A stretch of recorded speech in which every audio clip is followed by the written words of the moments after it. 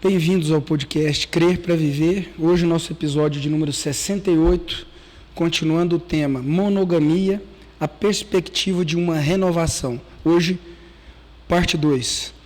Eu sou Timóteo Madaleno, eu sou psicólogo de formação, tenho um doutorado em psicologia pela UNB, eu tenho uma formação em teologia pastoral e urbanidade, e sou professor de psicologia e educação do IFG no campus Goiânia. Professor Cláudio Ivan de Oliveira, também é psicólogo de formação, tem um doutorado em psicologia pela UNB, ele tem uma formação em teologia pastoral e urbanidade, e ele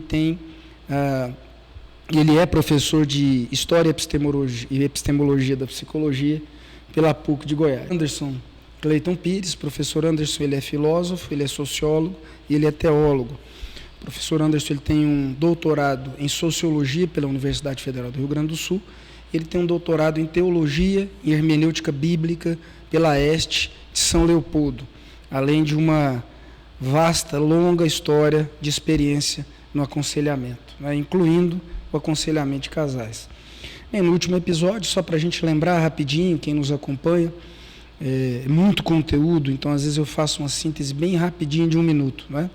No último episódio, nós começamos a propor, de fato, uma perspectiva de renovação para a monogamia, tendo como base, como fundamento, a fé cristã.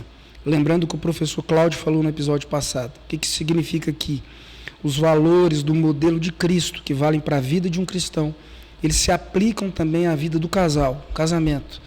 Um casal convertido é aquele que abre possibilidades para a renovação ali do casamento. A gente está falando da renovação do modelo, no sentido mais amplo, mas que quer afetar a vida de cada casal.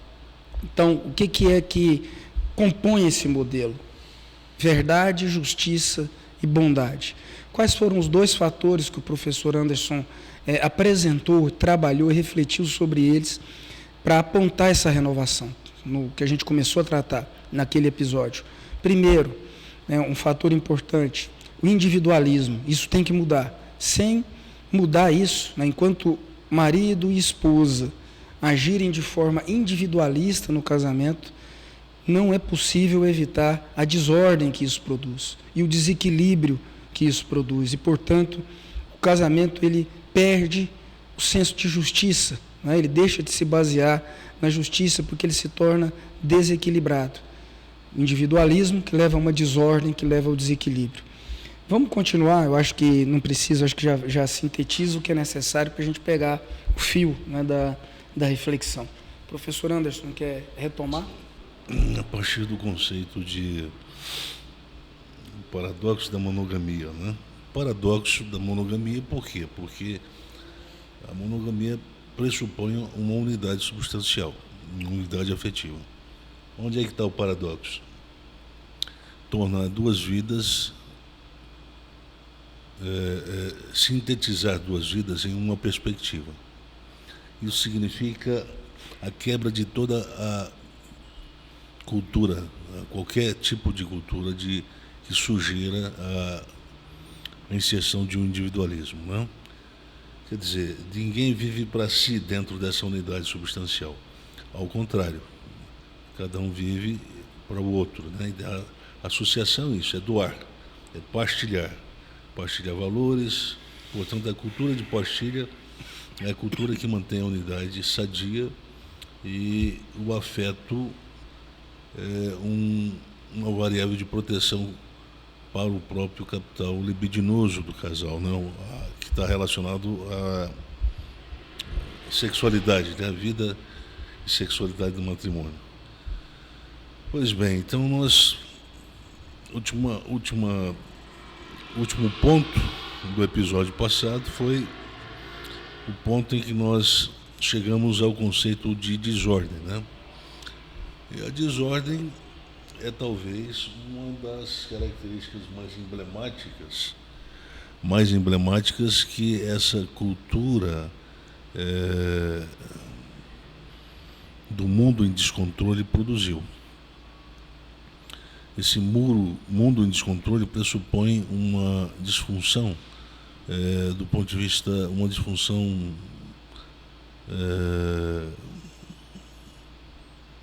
fundamental na racionalidade do sistema monogâmico.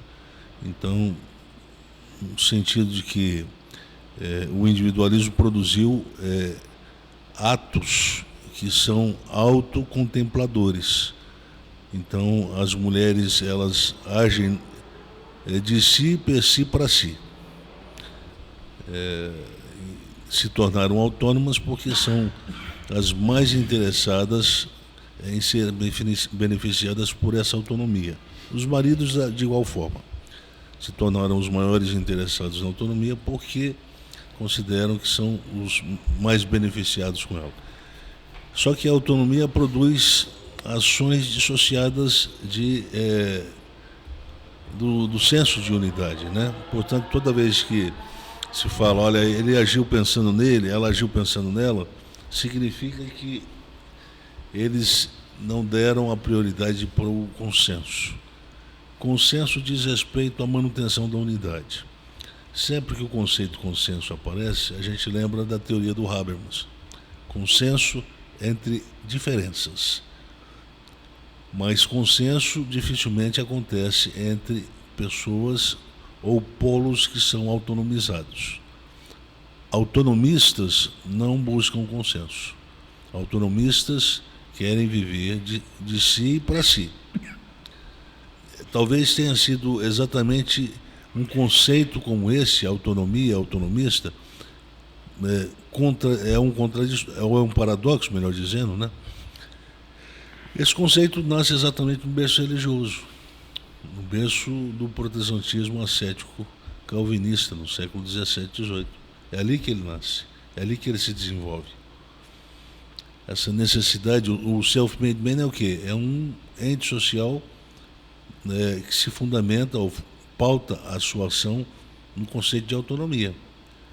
Portanto, é aquele que não depende de outrem, aquele que é uma unidade social ou um subsistema social, mas que se autoprotege, autossubsiste. Esse conceito, né, que está presente no conceito metafísico, na filosofia metafísica, é um conceito lá chamado aceidade, né, quando se aplica a Deus. Quer dizer, é aquele que não depende de absolutamente nada e ninguém para existir. Muitas vezes é basicamente essa a orientação que a gente vê entre as partes do casamento, marido e mulher. É como se eles se achassem, cada um de per si, autossuficientes para viver sem o outro. Isso afetou bastante o afeto. E afetando o afeto, afetou bastante a natureza, a saúde da relação moral dos afetados, que acabou produzindo e afetando, por consequência, e em última instância, o interesse sexual dele por ela e dela por ele. Razão pela qual, curiosamente, às vezes o grau de intimidade, né, entre casais com esse perfil se torna muito superficial, muito a intimidade, uma coisa vivida, experimentada, às vezes uma vez por ano só. É algo muito complicado. Eu já aconselhei casais, eu me lembro de um lá no sul do país, que eles ficavam, às vezes, até 2 anos, 3 anos sem ter relação sexual, sem ter nenhum tipo de intimidade um com o outro. 2 anos? 2 anos. Então, e era assim, e quando tinha, às vezes tinha, mas havia uma briga, havia uma rixa, exatamente na hora da relação sexual. E às vezes ele e ela acabavam que batiam boca no próprio momento do ato sexual, que é uma coisa estranha, né? Havia uma discussão, então vamos parar com isso e papai. É uma coisa estranha, mas aconteceu, chegou a esse extremo, né? Infelizmente, quando se pensa a minha vida é minha vida, a sua vida é a sua vida, essa tendência que está muito presente no mundo contemporâneo forma pessoas que passam a depender mais de si do que dos outros. Pessoas com esse traço, eu sugiro, não casem. Porque quem casa tem que ter vocação para praticar bondade para o outro. Quando se pratica bondade, é como se ele tivesse, é como se o marido tivesse o dom de tirar de si um bem e doar à sua esposa. O mesmo se refere a ela. É como se ela tivesse esse dom de retirar um bem de si e doar a um próprio marido. Se não há essa intenção, eu diria o seguinte: é melhor não procurar um sexólogo, porque o sexólogo ou a sexóloga não vai resolver o problema do casal. O problema do casal, quando chega a ter que haver uma orientação ou interferência de um profissional na área de sexologia, ele está associado a problemas também da cultura da eroticidade, mas sobretudo a problemas de natureza mais biológica. Às vezes o marido está com a taxa hormonal muito baixa, às vezes a mulher também tem um problema, taxa hormonal, sobretudo testosterona muito baixa. E isso aí, a gente vai falar mais adiante, vamos voltar a esse tema, é uma coisa que precisa ser realmente priorizada. Se tem muito medo de ir ao médico profissional que lida com essa especialidade da medicina, né? Quando é necessário falar sobre hormônio, tem que procurar um profissional para falar sobre hormônio.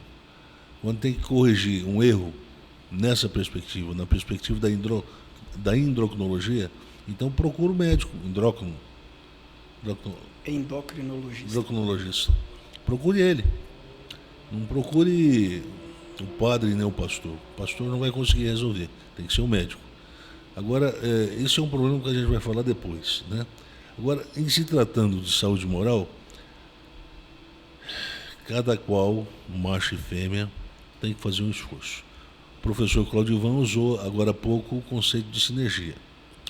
Sinergia é a harmonização de esforços que são empreendidos com a mesma força, com a mesma intenção. Isso é sinergia. A expressão sinergeia, que aparece em Romanos 8, no texto grego, significa isso. Não é um trabalho que alguém empreende mais do que o outro.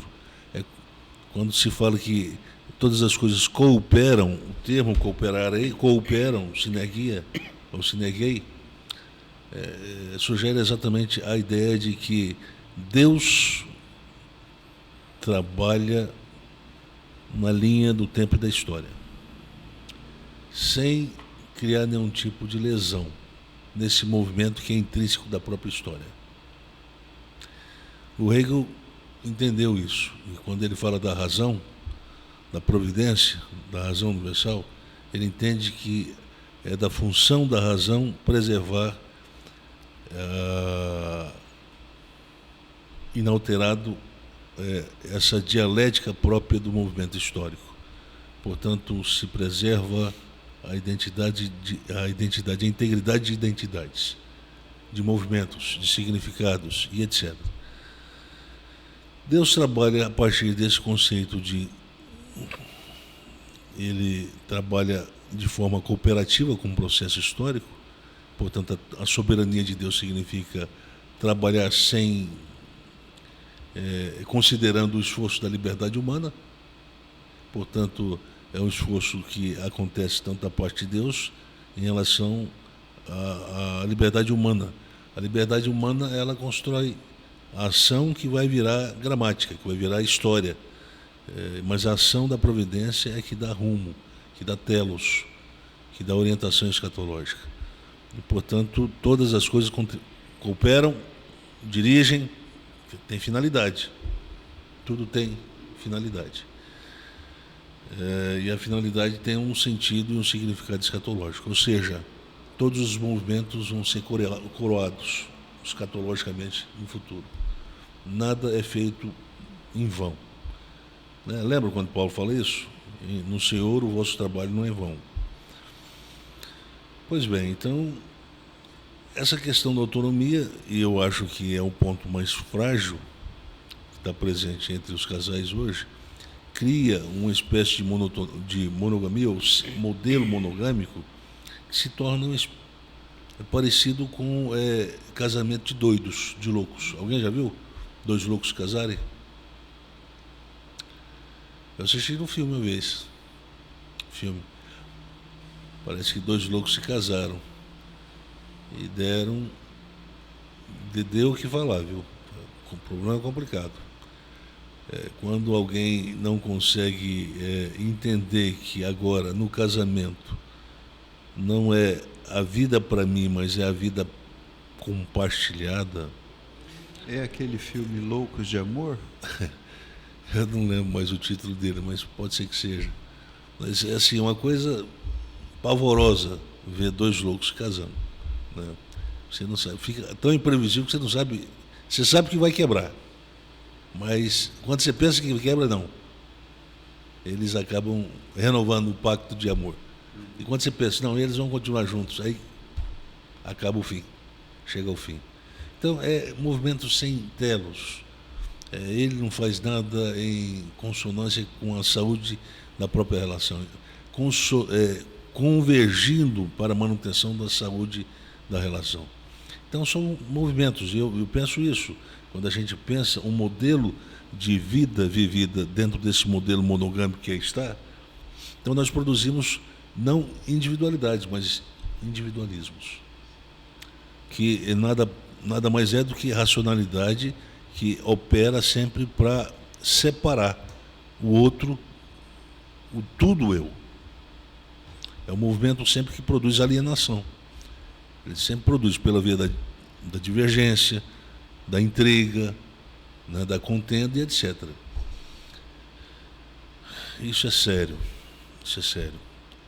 porque isso vai produzir uma cultura de violência, que pode chegar à violência física. Tudo isso que nós estamos falando representa valores de um mundo em descontrole. Um mundo que vive o desequilíbrio. Quer dizer, não existe o senso de justiça para equiparar os pesos das balanças, ou da balança. Então, não há aquela pergunta, será que o que eu fiz foi certo? Não é essa a pergunta. Será que eu tomei a melhor decisão para o casamento, para a unidade? Esse é o tipo de pergunta que não se faz. Aí entra num outro ponto. Monogamia tem que ser espaço e circunstância para se exercer o senso de ponderabilidade o tempo todo. Portanto, o Paulo diz, olha, portanto, vejam prudentemente como vocês vivem a fé. Agora, no matrimônio, logo depois que ele dá essas recomendações, ele começa a falar sobre o casamento, no capítulo 5 de Efésios. Ou seja, é difícil dissociar o tema do casamento fora da recomendação moral que o apóstolo Paulo dá. Se ele está dizendo, olha, vocês têm que viver de forma ponderada.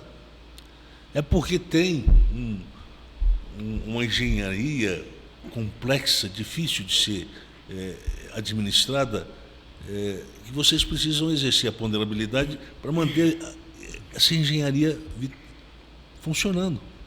Do contrário, ela pode entrar em colapso. Casamento é isso. É a engenharia dos contrários, é a engenharia da vida, pelo menos considerando que existe individualidade, então é dos contrários ou dos diferentes, vamos colocar assim. É a engenharia que pretende administrar essa diferença que existe entre o macho e a fêmea, entre o marido e a mulher, cada um com a sua necessidade. Se não houver a ponderação, sempre a mulher vai pensar que vai estar fazendo a coisa certa, mas depois isso vai acabar prejudicando a relação dela, até mesmo a confiança dela por parte do marido. Por isso eu sugiro. Pode falar, professor. O senhor está falando sobre como é que a gente pode propor uma orientação, uma solução, não é? Para essa crise que está sendo vivida nesse modelo monogâmico que a gente está vivendo.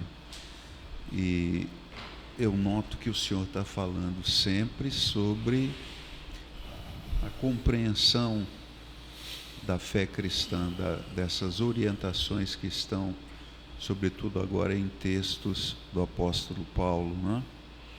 E chama também a minha atenção o fato de que, sem nenhum desejo de ofender, mas o mundo evangélico quis fazer da fé cristã uma religião da experiência. Então, nesses modelos antigos, que casais eram reunidos para contar histórias, se acreditava que a restauração do casamento ia acontecer em uma experiência, em um determinado momento culminante, não é? Uma experiência de oração, em que talvez um momento de experiências estáticas aconteçam, e a partir da experiência a mudança aconteceria, e não a partir de uma compreensão da própria fé cristã, não é? E eu acho que isso é um problema, porque dessa forma, considerando a fé cristã uma religião da experiência, nós vamos desconsiderar tudo que o senhor está dizendo aqui, todos os problemas que precisam ser encarados, para os quais nós podemos encontrar soluções, sim, mas nos adequando ao modelo proposto pela fé cristã, que tem a ver com justiça, bondade, verdade, não é? Então, eu queria falar isso. Mundo em descontrole. A expressão descontrole sugere uma realidade marcada, uma circunstância de vida marcada pela loucura. A expressão affront e a expressão assotia, que aparece lá no texto do Paulo, no capítulo 5 de Efésios, elas aparecem sugerindo exatamente isso. Quem vive sem ponderar, vive como louco. Ponderar o sentido da ação. O sentido da ação empreendida em relação ao tu. Foi para matar ou para fazer viver? Essa é uma pergunta que o marido tem que sempre fazer. Isso que eu fiz vai favorecer, vai melhorar, vai vitalizar mais a minha relação com ela, ou vai quebrar tudo? Mesmo ela, é a mesma pergunta que ela tem que fazer sempre quando reage de forma, eu diria, impetuosa, desponderada a algum tipo de, entre aspas, né, algum tipo de pecado do cotidiano mesmo, não é o pecado do adultério, não, algum erro do marido. Diga-se de passagem que às vezes existe a hipérbole, né, aquele exagero no comportamento, seja do homem, da mulher, mas eu acho que é mais característico das mulheres, de gastar tempo para repetir, para enfocar, para enfatizar demais o erro do marido. Não sei qual sentido, não sei para que isso é feito, mas se isso não é para alimentar o afeto na relação, é hora das esposas pararem de usar essa técnica. Isso não está dando certo. Isso está destruindo a relação. Eu sugiro isso, e não é por preconceito, não é porque eu estou querendo sempre dizer que a mulher é mais errada no casamento do que o marido, não. Porque o marido erra tanto quanto a mulher. Mas são traços que são mais característicos da esposa do que do marido. O marido tem erros também que são mais característicos sempre do marido do que da esposa. Então, note bem, aprofundando a questão da loucura, do desequilíbrio, de um comportamento que sugere um desequilíbrio e uma loucura, um ato de loucura, eu diria que quando se fala da maturidade, da sabedoria, se fala exatamente da ponderabilidade. Então, para os maridos e para as esposas que estão me ouvindo agora, vocês já ouviram falar desse termo, ponderabilidade? Pois é, eu fiz uso dele e acabei dando um sentido para ele, numa das teorias que a gente tem aí, né? Ponderabilidade como um conceito diferente do conceito de reflexividade. O que é a reflexividade, professor Cláudio?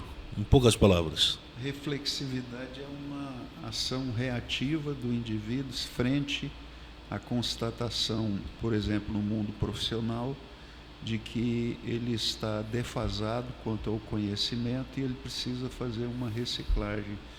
Portanto, reflexividade é uma ação reativa e não ponderativa. E não tem um fundo moral de autocorreção. Não tem fundo moral. Ponderabilidade é exatamente esse conceito dessa ação reflexiva, mas de fundo moral, empreendido para... o que o Esdras faz lá? Ele preenche o quê? As brechas, né? Dos muros. Então, essas brechas, em vez de ficar realçando para as amigas, a esposa tem que ser mais discreta. As esposas costumam, muitas esposas, eu conheci inúmeras, que costumam, na presença das amigas, deixar o marido nu. Isso é um comportamento mais típico das mulheres do que dos homens, porque os homens, os homens não costumam abrir esse tipo de intimidade da mulher para os amigos, não. Os homens não. Eles preservam mais a esposa. Eles sabem que isso é necessário. E sabem por que é necessário preservar. Então, veja bem, essas coisas são complicadas. Por quê? De falar aqui num podcast. Porque se cria resistência. Se tiver agora um casal me ouvindo, eles vão falar assim, não, mas vai tentar sempre racionalizar para o lado do mal, algo que vai desfavorecer o sentido de uma engenharia que tem que construir mais do que colapsar a relação. Quer dizer, se essa engenharia a gente chama de racionalidade agápica, que seja. Mas o objetivo de tudo, o objetivo final é manter, preservar a unidade, não é isso que o Paulo diz? Do corpo, da igreja, o mesmo do casamento. O mesmo pode se dizer do casamento. Casamento é espaço, local e circunstância em que a individualidade coexiste sem se transformar numa cultura de individualismo, uma forma de vida individualista. Tem tudo para acontecer isso, mas não pode deixar acontecer. Então, nosso grande inimigo é o individualismo. Por isso que hoje as pessoas estão pulando muito fora do cerco para ter experiência do novo. Esse é um traço da modernidade, a realidade fracionada. Você quer experimentar, não é uma fruta, você quer experimentar todas as frutas. Uma só não dá. A monogamia, ela diz, olha, é o inverso, né? Você vê todos os frutos dos pomares, das árvores, então, todos, mas você não pode comer todos, você pode comer só um. Isso é a monogamia. É só um que você pode comer. Então, domine a sua tara. Domine a sua tara. Então, para dominar a tara, você tem que ter uma relação sadia com a esposa. Você tem que ter uma relação sadia com o seu marido. Porque quando a sua relação deixa de ser sadia, se torna uma relação ressentida, a sua tara vai aparecer como política de vingança, de revanchismo. E aí lá na frente, depois que a mulher adulterou, depois que o marido adulterou, vai falar assim, mas é porque você também fez isso. Você me provocou. Eu saí com raiva e resolvi ir para o motel com a mulher para matar essa raiva que eu estava. Eu estou falando demais não. Eu conheci um rapaz, próximo de Goiânia, que fez exatamente isso. Mora na cidade próxima de Goiânia e ele disse que não sei, o casamento dele estava ruim, de repente ele achou que tinha que ter uma experiência extraconjugal. A mulher dele, não sei, talvez, não sei o que ela fazia em relação a ele, mas ele estava ressentido em relação a ela. E achou que essa experiência extraconjugal pudesse renovar. Quando ele viu que não renovou, ele se arrependeu, aí então ele quis justificar o ato de traição a partir da forma como a esposa tratava. Não dá, isso não dá certo, isso não funciona. Então nós temos que levar a sério o conceito de ponderabilidade. É um exercício contínuo que a gente faz para não deixar que a forma individual de ser na relação não se torne uma forma individualista de se relacionar no casamento. Porque quando isso acontece, me desculpa, mas aí deixam de ser um só corpo, uma só vida. O casamento se torna 2 vidas e 2 corpos, 2 pessoas separadas, mas juridicamente sustentadas pela legalidade da relação. E é só isso. Em alguns casos, pela existência dos filhos. Mas nós estamos aqui para falar sobre família, nós estamos aqui para falar de casamento, de matrimônio. E do matrimônio no modelo da monogamia. E, portanto, está bem claro que essas são os principais pontos, as principais brechas que nós precisamos agora lançar luz e ponderar. Eu teria vários outros, mas eu acho que esses que foram comentados aqui são os principais, e a partir deles a gente pode deduzir tantos outros problemas que podem ser tirados da relação, considerando que uma vida ponderável, uma vida pautada pela ponderabilidade, é uma vida que sabe desviar do caminho quando há necessidade de fazer a escolha pelo bem ou pelo mal. Né? Lá no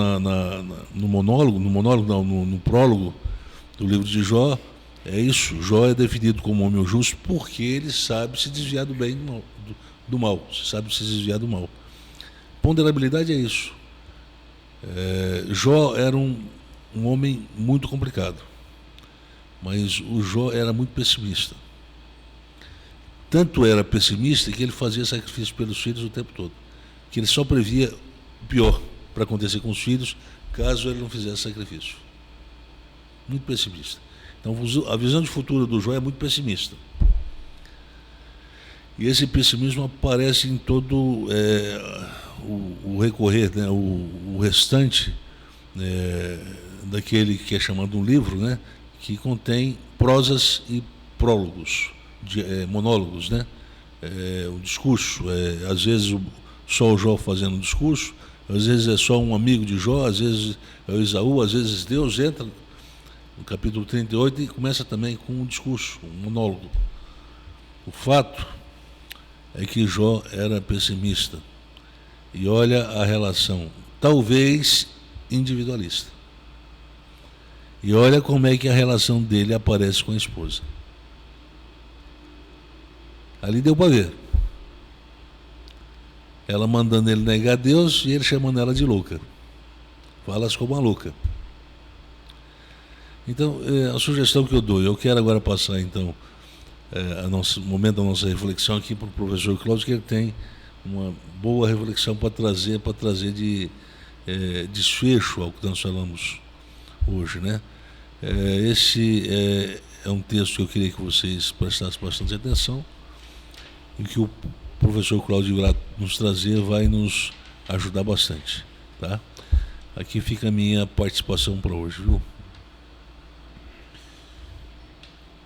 Eu acho que ao longo de toda a reflexão nós tocamos no que é mais importante para propor uma cura para esse modelo, para interação, não é? Interação que deixa de ser patogênica nessa instituição, o casamento, à medida que ela se afasta, não é, do ideal de uma sociedade individualista, individualizada, em que cada um procura o exercício da sua autonomia, e para realizar essa autonomia é preciso se afastar da ingerência do outro, não é?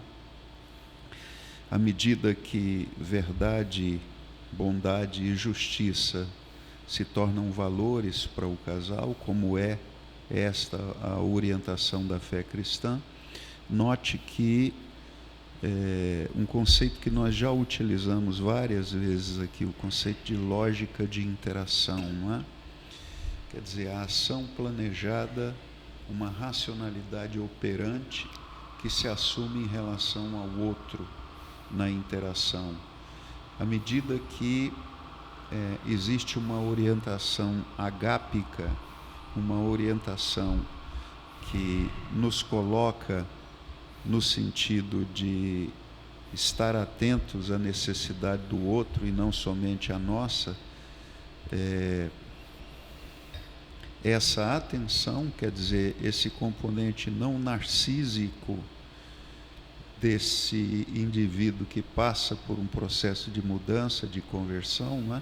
Porque narcisismo parece ser exatamente uma disposição que tem se tornado dominante nessa sociedade da autorreferencialidade, para realizar o meu prazer de forma individualista, né?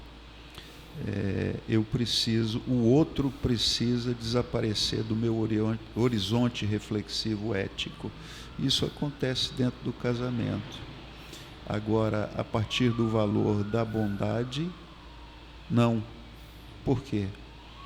Porque na bondade existe a necessidade de considerar a necessidade do outro e estabelecer lógicas de interação no sentido de preservar a saúde ontológica do outro, não é? E essa saúde ontológica se preserva de forma mais objetiva à medida que se estabelece escolhas na linguagem utilizada, linguagem que não promove o ressentimento no outro, linguagem que não disfuncionaliza as crenças que são crenças que mantêm a saúde ontológica do outro, não é? Ou seja, lógicas de interação que são de natureza calogênicas, quer dizer, eu uso a linguagem para produzir crenças de natureza alcalina no outro. E vice-versa, não é? À medida que isso acontece no casamento, e eu friso, isso é orientação da fé cristã, o nível de encaixe afetivo vai aumentar e a conflitividade vai diminuir, não é? E se isso acontece, como diz o professor Anderson, a libido no casamento não estará ameaçada pelo fator do ressentimento que resulta de uma intensa conflitividade que nasce no modelo do individualismo. No modelo da fé cristã, justiça também é um valor, e justiça significa exatamente essa disposição de preservar, de não lesar o outro, não é? Eu vi uma dessas mulheres que ensinam, fazem uma orientação para as outras mulheres no casamento, um pouco para os homens também, não é? Mas ela disse uma coisa muito interessante. Ela diz: a pessoa que você deve tratar melhor é o seu marido, a sua esposa. Porque a sua vida, a sua própria saúde, a saúde das interações na sua casa e dos seus filhos também, depende disso, né? Parece uma coisa tão óbvia, tão simples, mas as pessoas fazem exatamente o contrário disso. Elas vão para a rua e se apresentam em uma lógica de interação, um personagem muito gentil, muitas vezes, muito educado, disposto a talvez se disponibilizar para ajuda, não é? Mas dentro de casa isso muda, de maneira que tanto a ética da bondade quanto da justiça deixa de ser um valor na vida privada, quando quando nós estamos no espaço privado, não é? A lógica de interação muda e a gente vê que se está vivendo uma mentira. Então, a fé cristã tem uma proposta que é competente para mudar toda uma configuração de problemas que nós estamos enxergando em uma geração inteira. Nós queremos conversar com os casais, nós queremos que vocês ouçam e nós pedimos ao Espírito Santo de Deus que haja convencimento para haver mudança. E que vocês peçam essa mudança. Se vocês entenderam que a proposta que está sendo feita aqui é de fato uma pregação do Evangelho, do Reino, então é isso que nós queremos que aconteça, não é? Onde está o Evangelho do Reino, existe cura. Então é isso. Quero agradecer os que ficaram com a gente até aqui. Hoje foi uma reflexão um pouquinho mais curta, né? Um pouquinho mais sintética, mas não menos importante. Se a gente pegar o contínuo do último episódio com esse, eu acredito que o início do que a gente se propôs a fazer, que é falar para promover a renovação do modelo monogâmico à luz da fé cristã, isso abriu um caminho e já começou a colocar algumas variáveis importantes como pontos de partida. Nos próximos episódios a gente vai continuar fazendo isso, tocando em novos pontos e novos temas, com esse objetivo de propor essa renovação. Queria lembrar aqueles que nos seguem, que nos acompanham, que esse aqui é um trabalho feito com um senso de missão. Nós acreditamos que o que nós fazemos é a missão dada por Deus para nós. Falar da fé, pregar o Evangelho, com foco em problemas reais do mundo real de agora, e fazer isso sem medo, sem simplismo, sem romantizar as coisas, sem esconder aquilo que precisa ser trazido para a luz.